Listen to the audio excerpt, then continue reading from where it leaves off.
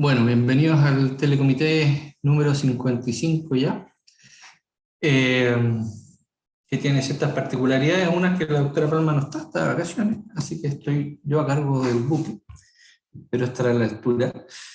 Eh, y la otra particularidad es que nos acompaña el doctor José Miguel Clavero, quien es cirujano de tórax del hospital. Y vamos a tratar un tema que en la ola de pacientes oncológicos post pandemia nos tocó ver muchos casos y con resultados buenos más o menos y malos, por lo que quisimos revisar un poco en qué está la evidencia acerca del manejo, del diagnóstico y del manejo del derrame pleural maligno. La idea, yo voy a hacer una presentación un poco de la evidencia, que pretendo que demore unos 30 a lo más 40 minutos, y después la idea es que conversemos y dialoguemos con el doctor Clavero desde un punto de vista práctico.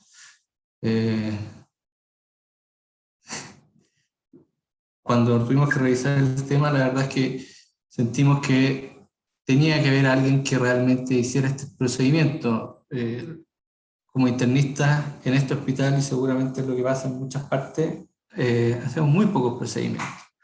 Así que necesitamos la voz y la experiencia del doctor Clavero. Bueno, partamos. A modo de introducción, en general el derrame pleural maligno es una de las causas más frecuentes de derrame pleural, sobre todo unilateral y exudado. Se estima que más o menos 200.000 casos al año en Estados Unidos, lo que acarrea costos económicos, sobrecarga del sistema y alta carga de síntomas para los pacientes. Es una causa muy frecuente de derrame pleural, más o menos el 30%, depende de las series, pero entre el 30 y el 40% de las causas globales de derrame pleural son neoplásicas. Y por la realidad epidemiológica que tenemos, marcada por un envejecimiento de la población, esta incidencia va en aumento. Cuando vemos grupos específicos de pacientes, por ejemplo, los pacientes con cáncer tienen un 15% de probabilidades dentro de su historia natural de tener un derrame. Los pacientes con cáncer pulmonar, esto aumenta un 40%. Pacientes con cáncer de mama, 1 de 3 va a tener un derrame pleural, y pacientes con mesotelioma casi de regla van a tener un derrame pleural. Cuando uno ve cualquiera de estas tablas que nos hablan de las etiologías de derrames pleurales, estas específicamente de exudado, dentro de las causas comunes siempre está la malignidad, y es lo que hay que ir a descartar. ¿Cuáles son las neoplasias que comprometen la pleura, que generan derrame pleural? En mujeres, la más frecuente es mama. En hombres, pulmón. Linfoma también es una causa frecuente. Y después vienen las ubicaciones secundarias de tumores frecuentes, como son los gastrointestinales, genitourinarias y otros. Ahí en otros está el mesotelioma, que por suerte es una causa poco frecuente. ¿Cuál es la relevancia del derrame pleural maligno? Sin duda que genera una alta carga de síntomas, principalmente disnea, y afecta de manera significativa la calidad de vida de los pacientes. Con respecto al diagnóstico, es muy relevante. Muchas veces es la primera manifestación de una neoplasia avanzada, y muchas veces el líquido pleural o la pleura pueden ser el único tejido disponible para el estudio etiológico. Por supuesto que la aparición de un derrame pleural impacta en la etapificación de la neoplasia y en el pronóstico, en general ominoso, impacta en la definición de las terapias oncológicas y requiere un manejo específico del derrame, que vamos a ver que también tiene muchas implicancias.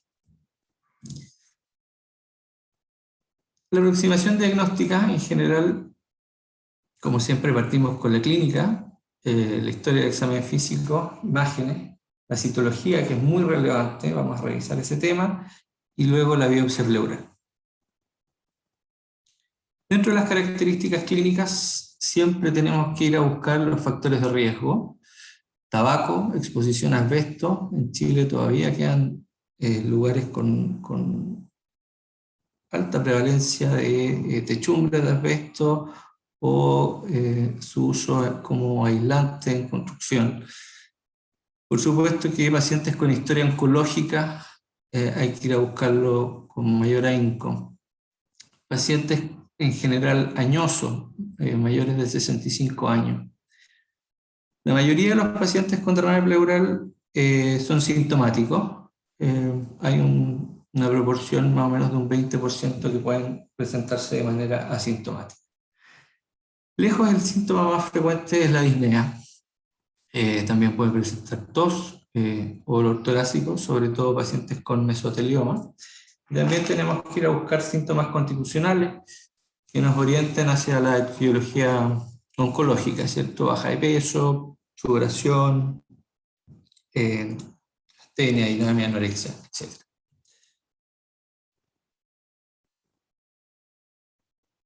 El enfrentamiento diagnóstico continúa con el estudio imagenológico, lo que tenemos disponible con mayor frecuencia es la radiografía de tórax. Tenemos que sospechar cuando tengamos un derrame unilateral. Tenemos que tener en consideración que la sensibilidad de la radiografía de tórax no es la óptima para el derrame. Necesitamos por lo menos 200 ml en proyección frontal y entre 20 a 50 en proyección lateral. Siempre que estemos ante un derrame pleural masivo, debemos sospechar la probabilidad de malignidad, ¿sí? Son pocas las etiologías que generan derrames que comprometan todo o casi todo un campo pulmonar. Seguramente neoplasia, tuberculosis y empiema son las que quiero buscar. El ultrasonido de ecografía es el examen más sensible para detectar un derrame. Tiene una sensibilidad cercana al 100%. Detecta volúmenes bastante pequeños. En el fondo detecta el líquido pleural normal, así que sobre eso detecta cualquier aumento de volumen. Nos permite obtener información acerca del tamaño, la extensión, si el derrame es uni o bilateral, si hay o no tabicaciones, etc. Hay ciertos hallazgos que son específicos de la etiología neoplásica, como son el engrosamiento pleural y la nodularidad, que tienen una sensibilidad aproximadamente de un 80%. Por lo tanto, es una técnica diagnóstica bastante eficiente para detectar neoplasia. ¿Cuál es el mayor problema, tal vez? Que es operador dependiente y en general es subutilizada en nuestro medio si lo comparamos con la experiencia internacional. El TAC de tórax tiene que ser idealmente con contraste en fase venosa, lo que nos permite evaluar de mejor manera la pleura, y ojalá antes de haber drenado todo el líquido pleural. Ojalá tomemos la imagen en presencia de derrame. Si la imagen es para el estudio de derrame pleural, ojalá que incluya el abdomen superior para poder visualizar glándulas suprarrenales, que es un sitio de diseminación habitual de los tumores y del cáncer pulmonar. Hallazgos como el engrosamiento pleural y la nodularidad son sugerentes de etiología maligna, pero vemos que en general la sensibilidad es baja. Hay otras patologías que también tienen estos hallazgos, pero sí tiene buena especificidad. ¿Cuál es la gran ventaja que tiene el TAC de tórax? Y tal vez en nuestro medio es luego la radiografía, el estudio imagenológico que solicitamos, es que permite evaluar el parénquima pulmonar y mediastino en busca de diagnósticos diferenciales o primarios. Además permite guiar la punción, que la vamos a ver un poquito más. Esta es una imagen de un TAC de tórax. Vemos que en el hemitórax derecho vemos una pleura engrosada con muchas nodularidades. No sé si se ve no sé. Pero creo que son evidentes, ¿no? La simetría que estamos buscando. Solo una palabra acerca del PET-CT. Hay estudios en curso que están tratando de determinar y demostrar la superioridad que tendría el PET-CT para guiar la punción. Hay un estudio grande que se llama Target, que en el fondo lo que permite es lo que se ve en la imagen, que no todas las nodularidades o engrosamientos pleurales tienen una actividad metabólica que puede aumentar el rendimiento. Por lo tanto, teóricamente lo que permitiría el PET-CT es ir a biopsiar esas áreas que tienen alta actividad tumoral.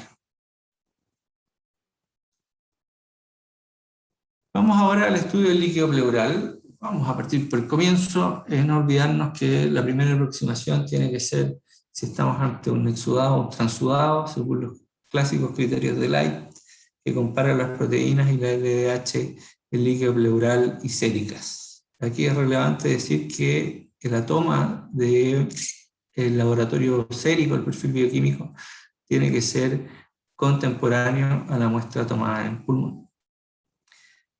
A la derecha de la tabla tenemos algunas causas más frecuentes según las características del líquido. Es relevante decir que en general, lejos lo más frecuente en la etiología neoplásica es que tengamos exudados mononucleares linfocíticos, ¿no es cierto? Pero ojo que puede haber algunos eosinófilos.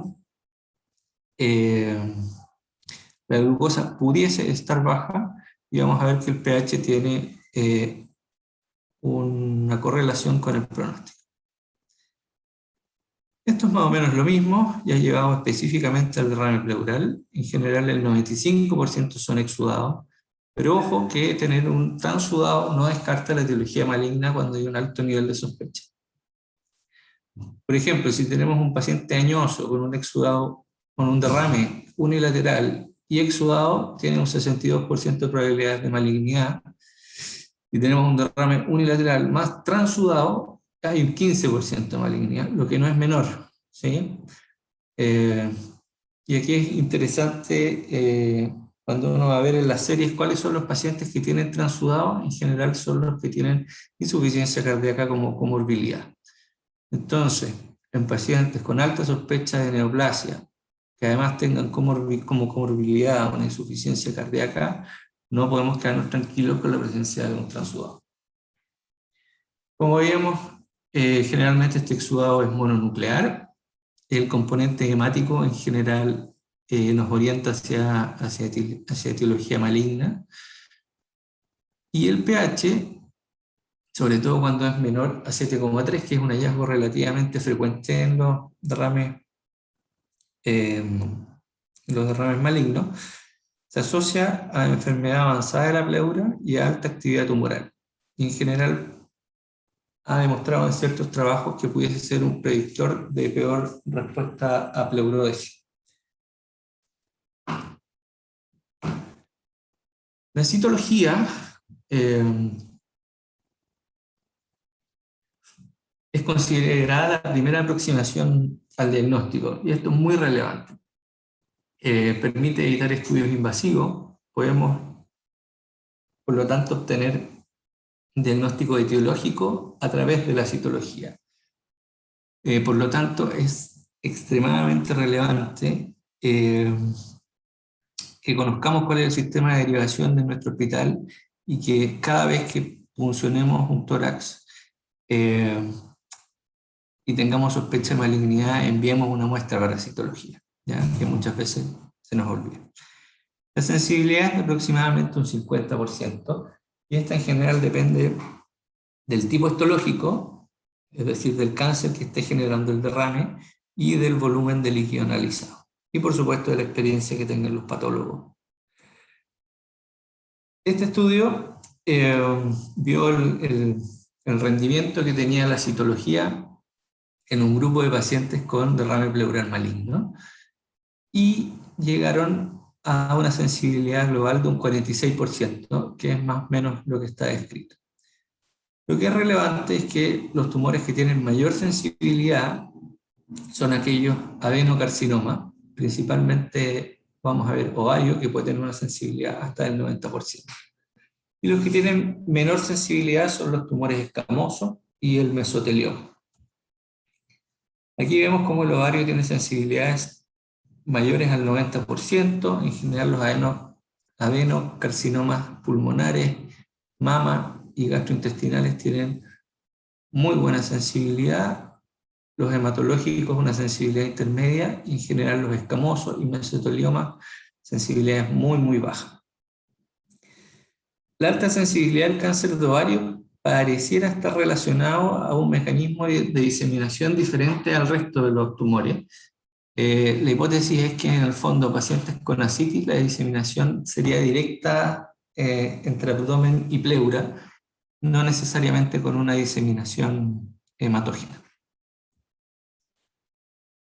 La segunda punción, es decir, mi primer estudio de líquido sale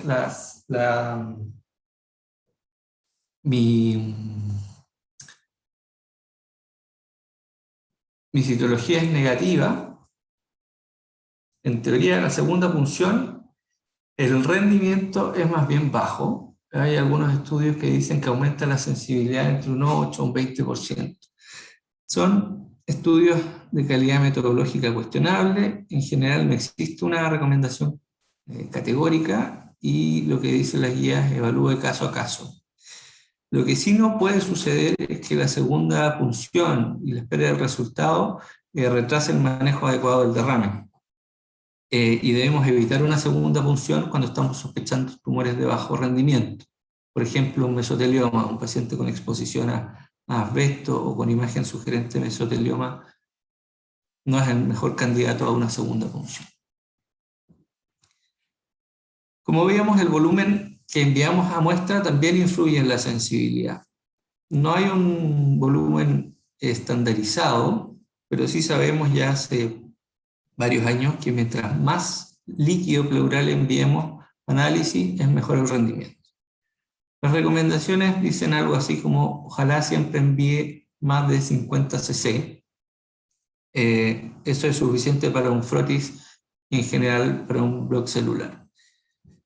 Si podemos mandar más, por ejemplo 150 ml, es lo óptimo para un bloque celular. Y no sabemos si para otros estudios complementarios que se podrían hacer al líquido, como es inmunistoquímica, FISH, otros estudios moleculares o de mutaciones, cuál es el volumen óptimo. Seguramente en los próximos años vamos a tener evidencia al respecto. Lo ideal es que exista una comunicación entre los clínicos y el laboratorio de patología y se generen recomendaciones y protocolos locales y sepamos cuál es el volumen óptimo a enviar al laboratorio. Si nuestra citología finalmente es negativa, bueno, el siguiente paso ante sospecha de una etiología maligna es la biopsia pleural. Y aquí tenemos tres opciones. Una es hacer una biopsia cerrada o a ciegas. La otra opción es hacerlo guiada por imágenes y finalmente por toracoscopía. En general, la biopsia pleural cerrada, no guiada por imágenes, digámoslo así, tiene una baja sensibilidad para neoplasia. Esto se explica por el compromiso pleural parchado. Su utilidad está dada y se ha visto que tiene buena evidencia en compromiso, por ejemplo, por tuberculosis, en el que el compromiso pleural es homogéneo. Ante una citología negativa, una biopsia pleural cerrada solo aumenta un 7 a un 20% y tiene algunas complicaciones como son dolor, neumotórax y reacción vasovagal. En general, no está recomendada ante sospecha de malignidad. Debiéramos ir directamente a una biopsia guiada por imágenes, por ejemplo, guiada por ecografía en tiempo real. Lo que vamos a conversar de evidencia es la ecografía en tiempo real, no la ecografía en que se hace la ecografía, se marca y luego se hace la punción. ¿Sí? En general, la ecografía en tiempo real permite visualizar las lesiones pleurales, pero además y por supuesto dirigir la aguja, pero además permite ver la aguja y evitar complicaciones. Por lo tanto, aumenta la sensibilidad y disminuye las complicaciones. Las ventajas que tiene la ecografía es que es un procedimiento, una técnica poco invasiva, es de bajo costo en comparación con el escáner o la videotoracoscopía.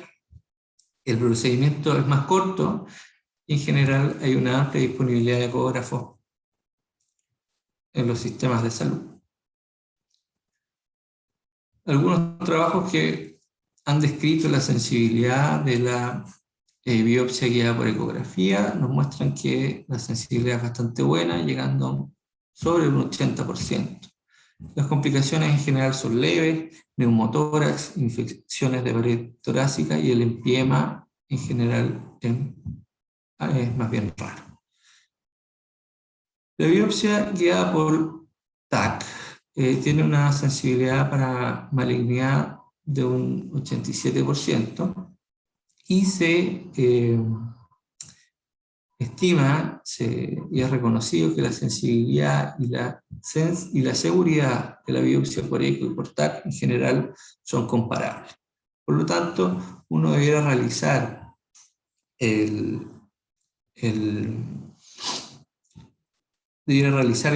procedimiento según la experiencia que tengan en el centro al cual deriva.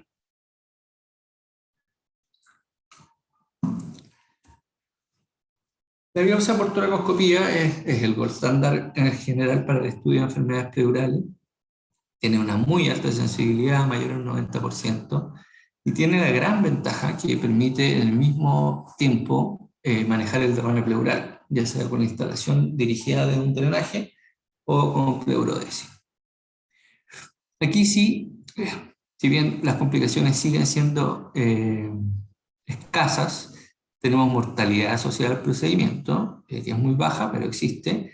Hay complicaciones menores, como son enfisema subcutáneo, algunos sangrados o infección, y algunas complicaciones mayores, como son el empiema, la hemorragia, siembra tumoral o fístulas broncopleurales. Pero en general es un procedimiento seguro. Su uso está limitado porque es un procedimiento invasivo. En general en Chile lo que se hace es la videotoracoscopía, que es un procedimiento que requiere anestesia general e intubación. Por lo tanto, tenemos que tener un paciente que tenga una estabilidad clínica que permita el procedimiento y que además este procedimiento sea proporcional a la condición del paciente. Por otro lado, hay algunos aspectos técnicos. Por ejemplo, tiene que existir derrame para la inserción segura de los trócares y el pulmón tiene que ser colapsable, lo que a veces es difícil con derrames muy loculados o adheridos a la pared torácica. Y la otra limitante es la disponibilidad y el costo del procedimiento. Esta es una imagen en la que vemos un pulmón colapsado, que viene a ser la D al fondo, y una pleura con este parchado blanquecino y con estos nódulos donde está la sal. Pasemos ahora al tratamiento. No tenemos que olvidar que el objetivo de nuestro tratamiento es el control de síntomas, ¿sí? No es una radiografía, no es disminuir el derrame. Por supuesto que muchas veces derrame imagenológico y clínica se relacionan, pero nuestro objetivo final es el control de síntomas. Y el principal síntoma es la disnea. Y aquí es muy interesante el tema de la fisiopatología de la disnea en el derrame pleural maligno, ya que muchas veces no necesitamos que mejore la función respiratoria para que mejore el síntoma. Aquí no hay en general alteraciones de volúmenes pulmonares o alteraciones del medio interno, alteraciones en general de la función respiratoria. Muchas veces es la misma presión de agua que ejerce una alteración en la motilidad diafragmática. Y eso es lo que genera el síntoma. Esto es lo que explica por qué en pacientes que no tienen falla respiratoria o que tienen, por ejemplo, un pulmón atrapado, en el que la función respiratoria no mejora con la solución del derrame, sí experimentan mejoría sintomática. ¿Cuáles son las alternativas que tenemos de manejo? Primero, la toracocentesis terapéutica o de alto volumen, ¿no es cierto? En que se drenan volúmenes en general mayores a 50 ml hasta los 1500, ojalá siempre guiada por ecografía. Y están las terapias con intención definitiva, como son el catéter tunelizado pleural, un catéter permanente que se instala, vamos a ver en el fondo de manera mínimamente invasiva, un procedimiento que muchas veces no requiere hospitalización y que queda de manera permanente. Y la pleurodesis química, la que se puede llevar a cabo por tubo pleural, es decir, el mismo tubo por el que drené, inyecto o instilo talco o por toracoscopía. Y hay algunos métodos combinados en que, por ejemplo, se pone un catéter tunelizado pleural y luego se hace una pleurodesis química. El enfrentamiento tiene que ser individualizado, en general, como todo lo que hacemos en cuidados paliativos. Muy relevante el pronóstico, el tipo de cáncer y la respuesta que esperamos obtener. Por ejemplo, tumores de alta replicación y que tienen buena respuesta a quimioterapia, como son los tumores de células pequeñas, linfoma, ovario y algunos de mama, han mostrado que con la quimioterapia hasta un 50% de los derrames revierten. Y eso es importante tenerlo en consideración a la hora de tomar la decisión acerca del manejo. Lo otro relevante y que es primordial para definir cuál va a ser mi estrategia terapéutica es la repercusión sintomática que tiene el derrame y la probabilidad de reexpansión pulmonar. Esta es la triste historia del derrame maligno. En general está condenado a la recurrencia, eso lo sabemos. Y sabemos que cada recurrencia está asociada a síntomas, a peor calidad de vida, a consulta en el servicio de urgencia, a nuevas punciones, costos, etc. Las guías clínicas que abordan el tema, en general, llegan al consenso de que luego de la primera recurrencia, debiéramos utilizar terapias definitivas, ya sea pleurodesis o catéter pleural tunelizado, en pacientes con sobrevida mayor a un mes.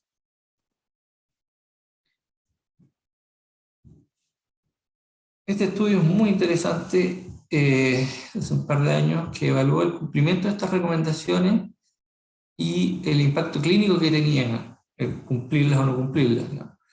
Esto se realizó en Estados Unidos, 23.000 pacientes que se evaluaron luego de una primera toracocentesis terapéutica, es decir, 23.000 pacientes con derrame pleural maligno, con un primer drenaje, y se evaluó qué pasaba con ellos. Bueno, un 55% de los pacientes requirió una segunda toracocentesis terapéutica, la mayoría antes de las 2 semanas. Hubo un grupo de un 11% que requirió 4 o más toracocentesis, y solo un 24% recibió una terapia definitiva, que era la indicación según las guías clínicas. Estos pacientes deberían haber ido a catéter tunelizado o a pleurodesis. Solo un 8% de todos los pacientes no requirió un nuevo procedimiento a los 12 meses. Y en general, el cáncer pulmonar y el linfoma mostraron mayor probabilidad de recurrencia. Y a pesar de las recomendaciones, el pronóstico 30 días no alteró la decisión de una toracocentesis terapéutica o una terapia definitiva, que era lo que debiese haber ocurrido.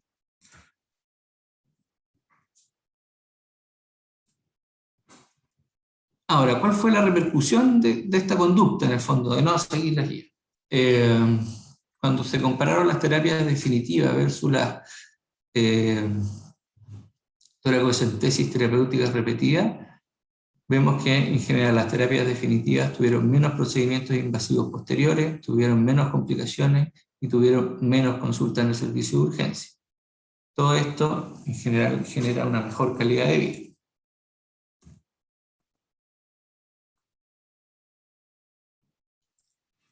Por lo tanto, otro factor muy relevante es el pronóstico en el derrame pleural maligno. Sabemos que en general el tener un derrame en un paciente con neoplasia de etiología maligna es ominoso y tiene una sobrevida de entre 3 a 12 meses. Pero podemos precisar mejor este pronóstico, existen algunos otros elementos, y la verdad es que está descrito en la literatura. Este es tal vez el score que tiene más evidencia, que se llama LEMT, que es un acrónimo que en el fondo ve la LDH pleural, el ECOG, la relación entre neutrófilos y linfocitos séricos y el tipo de tumor. Esto le da un puntaje y establecen los riesgos entre bajo, moderado y alto riesgo, con sobrevidas que van entre casi un año y menos de 45 días. Si bien este score es ampliamente replicado y tiene estudios de buena calidad, si se fijan, lejos el principal determinante es el ECO, ¿sí? Es la funcionalidad, y es lo que en general en paliativos hacemos habitualmente. Si uno ve estudios antiguos que solo ocuparon funcionalidad, la verdad es que los resultados son más o menos similares. Por lo tanto, seguramente la utilidad de estos scores está dado para médicos que no están familiarizados con la estimación de pronóstico. Tal vez la estimación de pronóstico que hacemos los paliativistas se acerca de buena manera y no sería necesario usar los scores. Por supuesto que se pueden usar. Otro factor muy relevante en la toma de decisiones, como veíamos, es si hay o no reexpansión pulmonar, aquello que llamamos pulmón atrapado. Luego del drenaje, lo que esperamos es que haya una reexpansión, ¿no es cierto? Pero hay más o menos un 20% de los derrames malignos que no lo logran. Esto está causado principalmente por fibrosis de la pleura visceral y se relaciona con compromiso neoplásico extenso de la pleura.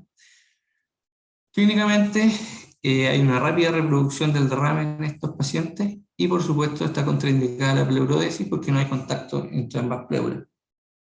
En la radiografía de tórax lo que podemos apreciar es lo que se ve en la imagen, en el fondo un hidroneumotórax en que no hay contacto entre pleura visceral y parietal.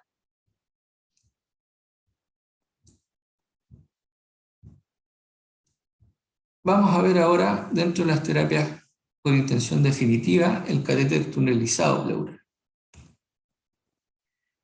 El catéter tunelizado es un dispositivo de silicona que es flexible, que tiene una válvula unidireccional, que se conecta con una botella de vacío de manera intermitente.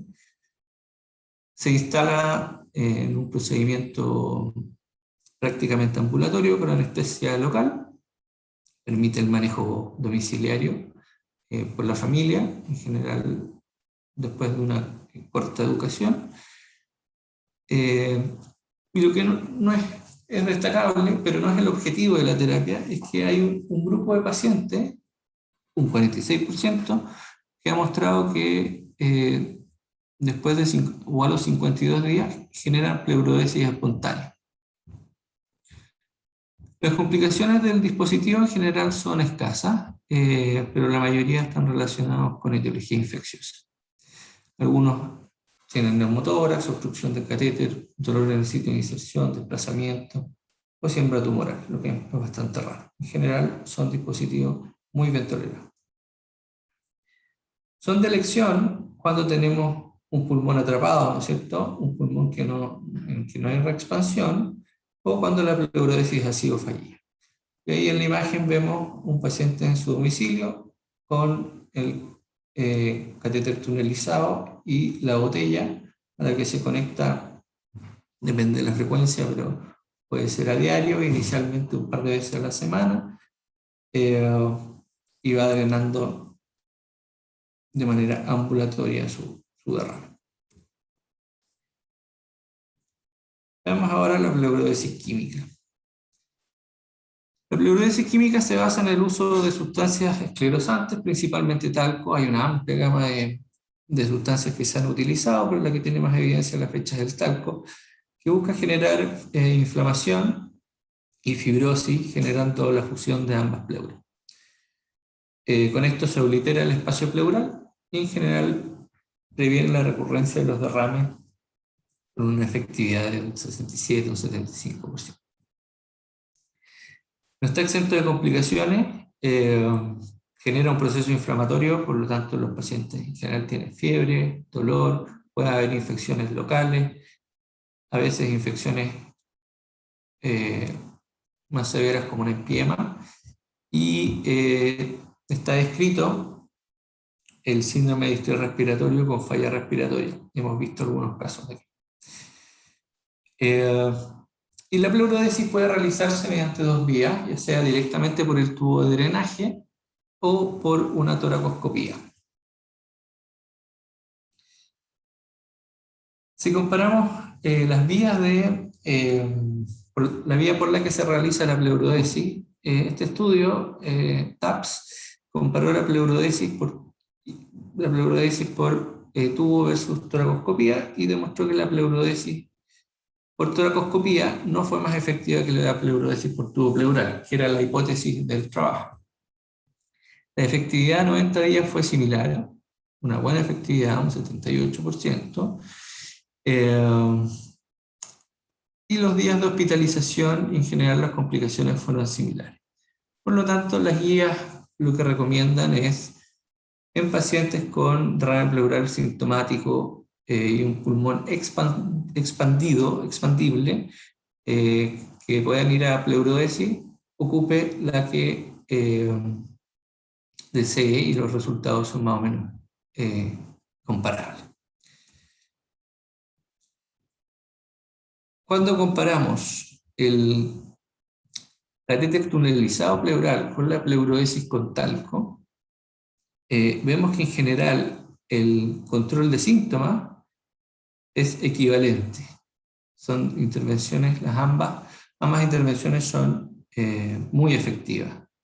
En este grupo, que fue seguido por 42 días y se evaluó la disnea todos los días, el resultado fue similar y mejoró la disnea y mejoró la calidad de vida sin diferencia significativa. ¿Dónde están las diferencias? Principalmente en la duración de la hospitalización, la que fue significativamente más larga en el grupo de pleurodesis, y en la necesidad de intervenciones adicionales, que también fue significativamente mayor en el grupo de pleurodesis.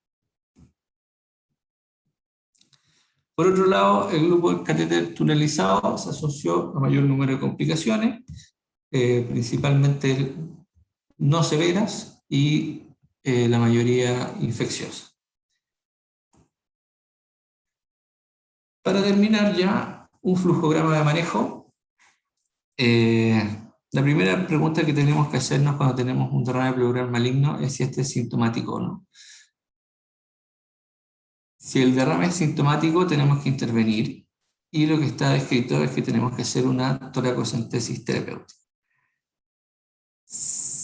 El segundo punto a evaluar es si la disnea mejora o no con la toracocentesis. Si la disnea no mejora, tenemos que ampliar el estudio diferencial. Hay que buscar otra causa. No era el derrame el que me estaba generando la disnea.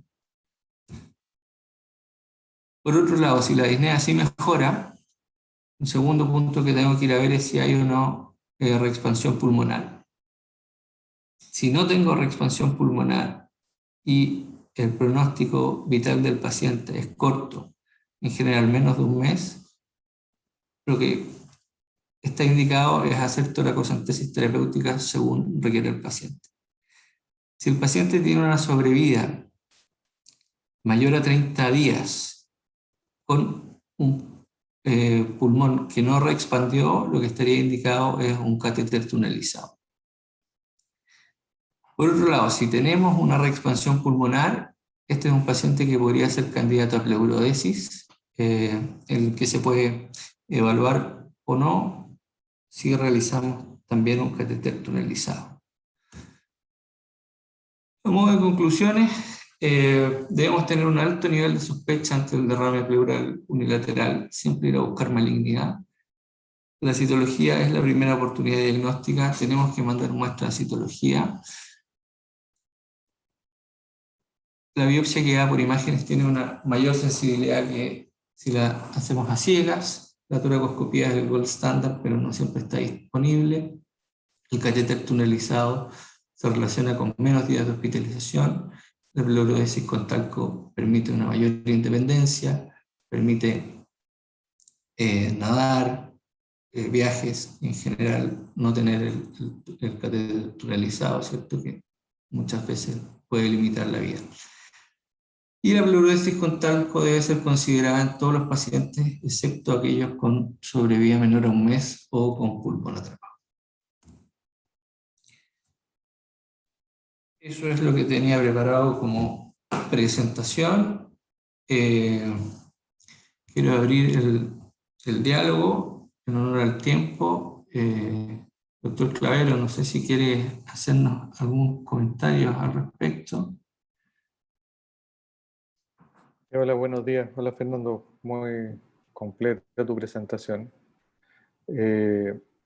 Mira, hay algunos puntos. Yo sé que el catéter tonalizado que lo mencionaste varias veces parece maravilloso, pero quiero quitarle varias las gracias de las que tiene realmente.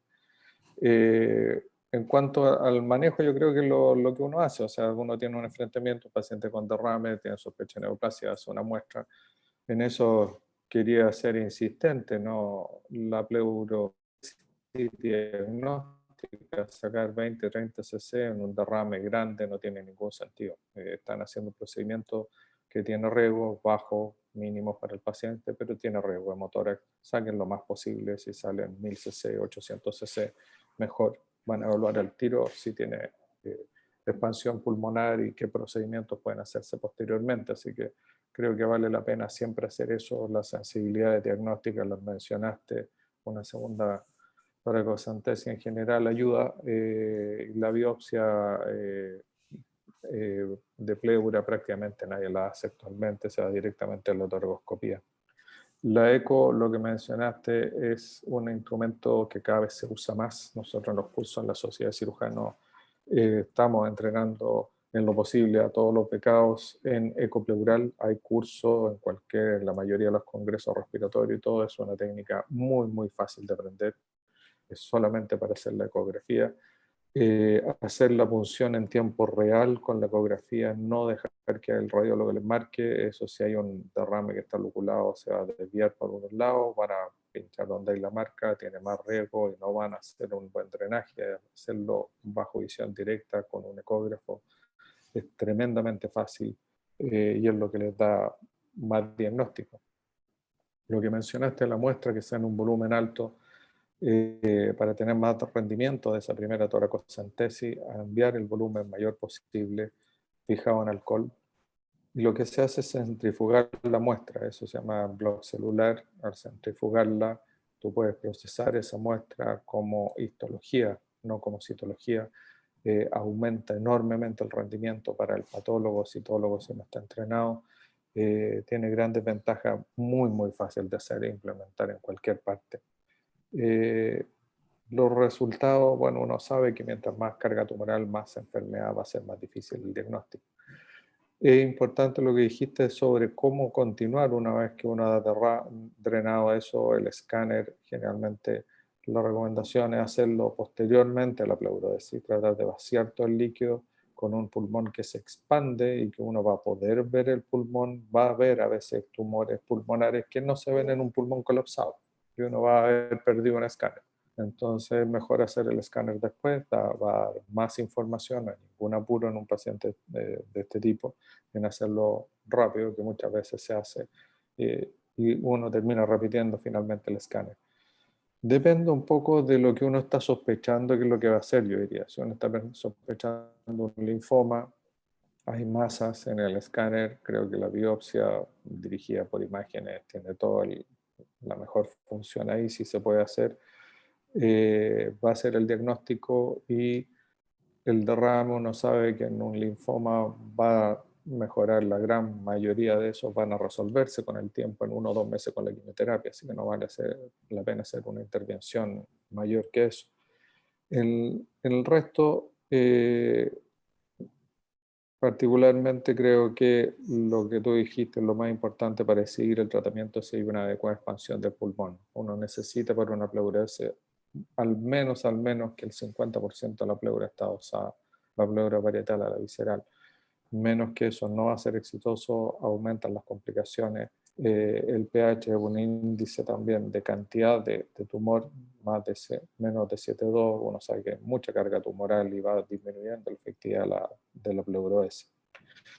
Dentro de las alternativas de manejo, como mencionaste, el derrame, cuando uno se enfrenta a eso, son 2 cosas importantes. Uno, establecer el diagnóstico, si es que no lo tiene ya, y manejar los síntomas del paciente. Y de eso hay varias maneras de hacerlo. En algunos tumores de muy lenta reproducción uno podría plantear hacer toracocentesis seriada, mientras uno empieza a hacer quimioterapia. En general, la pleurodesis es mucho más efectiva, permite hacer una vía muy fácil al paciente, es bastante barato,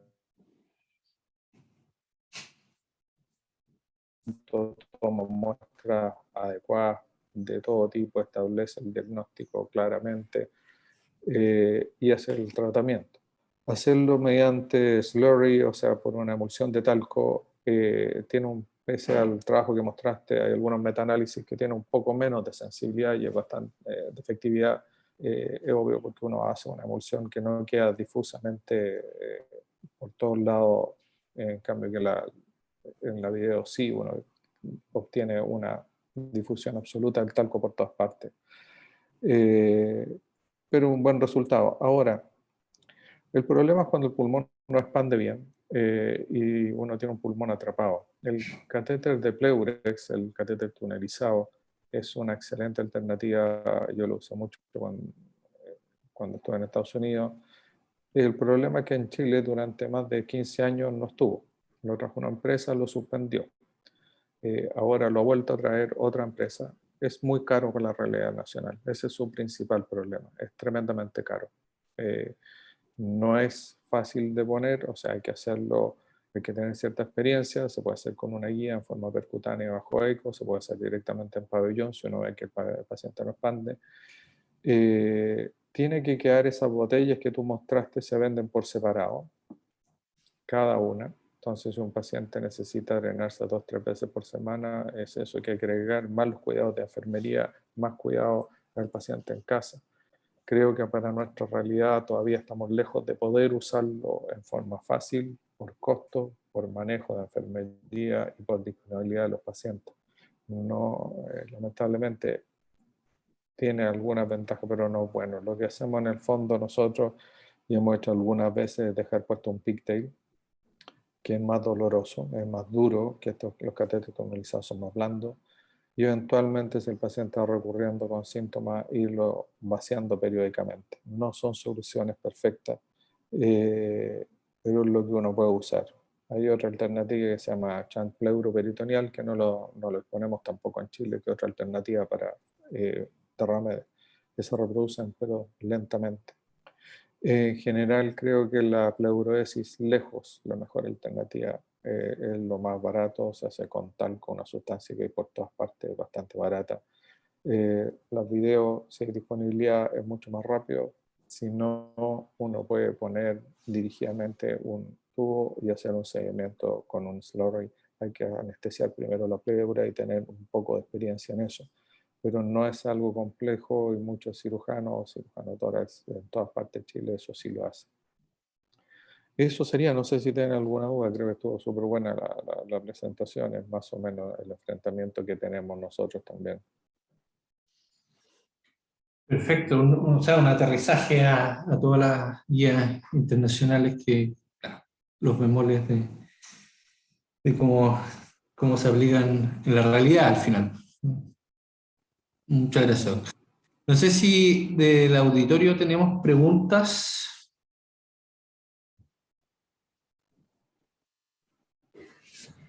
Hola, buenos días. Marcela Barca, acá en el hospital de J. Aguirre. Hay una consulta en las toracocentesis evacuadoras que se van haciendo en forma paliativa. No sé, doctor, ¿qué nos recomienda usted en cuanto al volumen? Uno sabe que las guías siempre nos dan como niveles tope para tener una seguridad de no producir un edema ex vacuo entre 1000 y 1500. Pero uno ha visto que a veces en estas situaciones paliativas, para aliviar los síntomas, cuando los pacientes están a distancia o tienen dificultades en ir al hospital, uno tiende a hacer drenajes de mayor volumen. No sé qué experiencia tiene usted o cuál es su recomendación en relación al riesgo del edema ex vacuo. O sea, existe el riesgo cuando tú vacías y se expande violentamente el pulmón cuando uno va a hacer un derrame de forma muy importante. La manera más práctica, uno puede medir la presión intrapleural, que es engorroso, uno puede hacer un sistema de presión venosa central, etc. Lejos, la manera más fácil si el paciente tiene síntomas. Si el paciente empieza con omalgia, toser, para el tiro de la toracocentesis. Y eso es generalmente 1000, 1500 y avisa antes de que tenga derrame. Es la manera clínica más rápida y más fácil. Y si el paciente no tuviera síntomas, doctor, ¿usted se inclinaría a hacer un drenaje? Si un paciente tiene 2000, 2500 cc, drenar más allá de 1500 cc. Generalmente va a tener síntomas con eso. 1800 ya, claro, obviamente depende de la altura del paciente, la envergadura, etc. Pero sí, generalmente va a tener síntomas, a menos que el paciente tenga un pulmón encarcerado, y obviamente ahí no se va a expandir el pulmón y no te va a pasar nada. Pero en general, el paciente que se está expandiendo el pulmón y que se están generando presiones intrapleurales negativas importantes, empieza a sentir y empieza a tener tos, empieza a tener dolor de hombro. Yo, en general, si tú me dices más de 2000, yo no hago más de 2000, paro igual.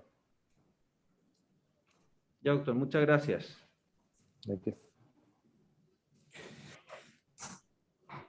Doctor, y con respecto a lo mismo, digamos, en el fondo, si tenemos un tumor que sabemos que está encarcelado, ya hemos hecho varias toracocentesis evacuadoras,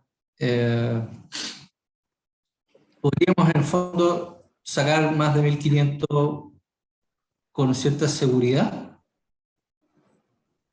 ¿Nos quedamos Sí, tranquilos? a ver, ¿Encarcelado? hay algunas cosas que uno puede hacer en forma extraordinaria en pacientes, porque en el fondo un paciente que tiene un pulmón encarcerado tiene una gran cantidad de derrame pleural y uno vuelve a ver desde el punto de vista paliativo cuál es la expectativa de vida del paciente. Si tú vas a mejorarlo y cuánto al riesgo de tu procedimiento, hacer uno por semana cada 12.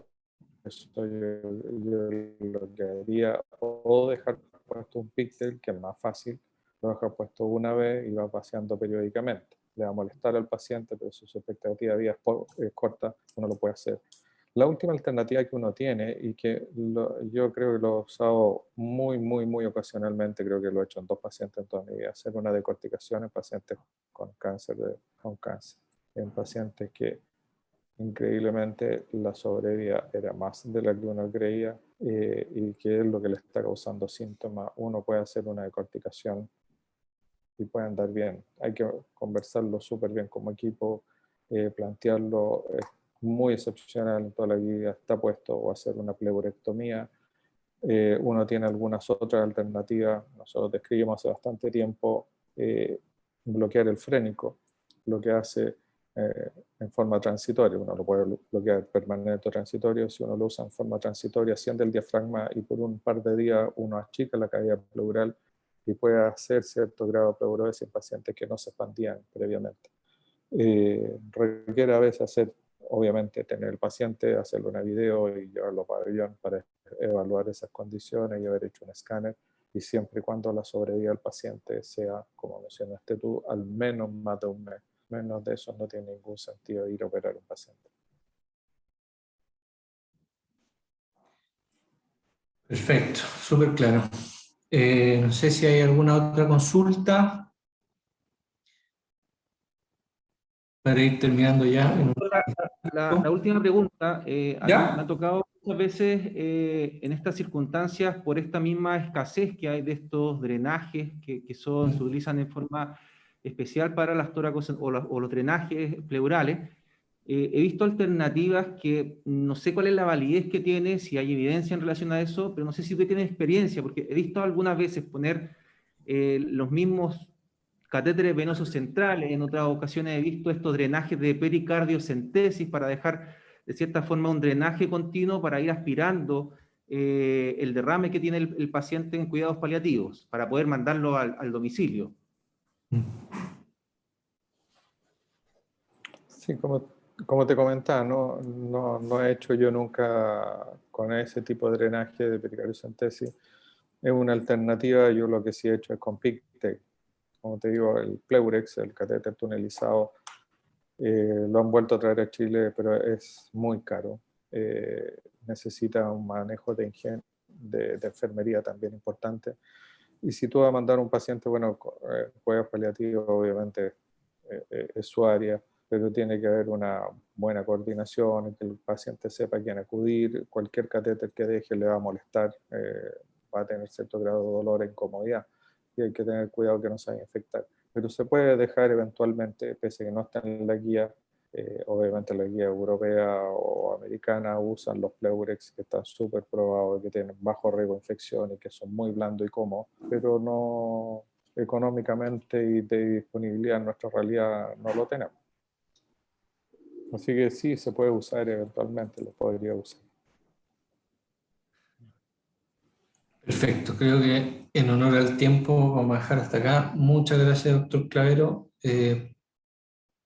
por iluminarnos con lo que realmente hacemos. Muchas veces la comunicación con los equipos quirúrgicos no es tan fluida, no sabemos lo que pasa en pabellón,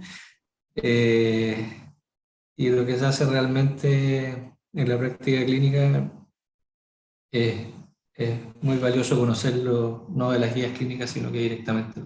Ojalá podamos contar con su presencia en una próxima sesión para ver algún otro tema relacionado con la cirugía torácica. Encantado, muchas gracias, está muy bien. Bueno, muchas gracias. Chao. Bueno, nos despedimos y nos vemos en un mes más en el próximo telecomité. Eso, bueno, ojalá que esté muy bien.